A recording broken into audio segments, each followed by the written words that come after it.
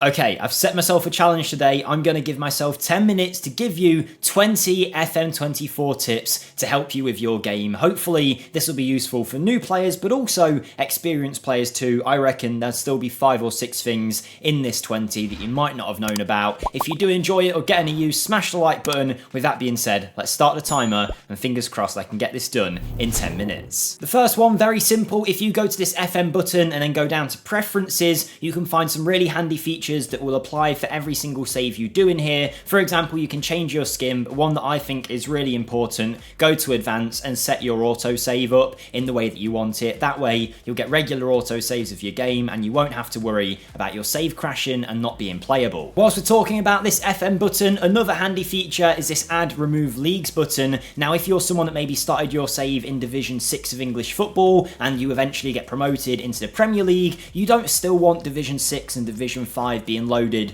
in full detail. It's going to cause your game to run really slow. So any leagues that you no longer need loaded in full detail, you can hit the minus button on. They'll still exist in your world, they just won't be loaded in at the same level that they were previously, but who needs to know what's going on in Div 6 when you're in Division 1 with your side? If you want to simulate time in your Football Manager world, then you can click this button here, My Profile, and then go on holiday. But what a lot of people don't know is you can ask specific players to appear in your team by ticking this button, which will ask your assistant to play in your tactic, but also use current team selection where possible. If you want your wonderkid striker to play as many games as possible when you're on holiday, tick this button when he's selected in the team, and as you holiday, he'll get played. Did you know if you go to the squad planner and then go to this report screen, there's a button called Best 11. If you click into this, not only does it show you your best player in every single position, according to whichever coach you choose, but also the best young prospect in each area, so you can see when the next generation are coming through, and if there's any areas of the team where you might need a new player. For the next tip, if you sign someone to your team, you'll notice in your squad planner, if we sign a new goalkeeper, even if he was the best player, he'd appear as 4th choice in our list, and we'd have to hit these buttons here to move our player up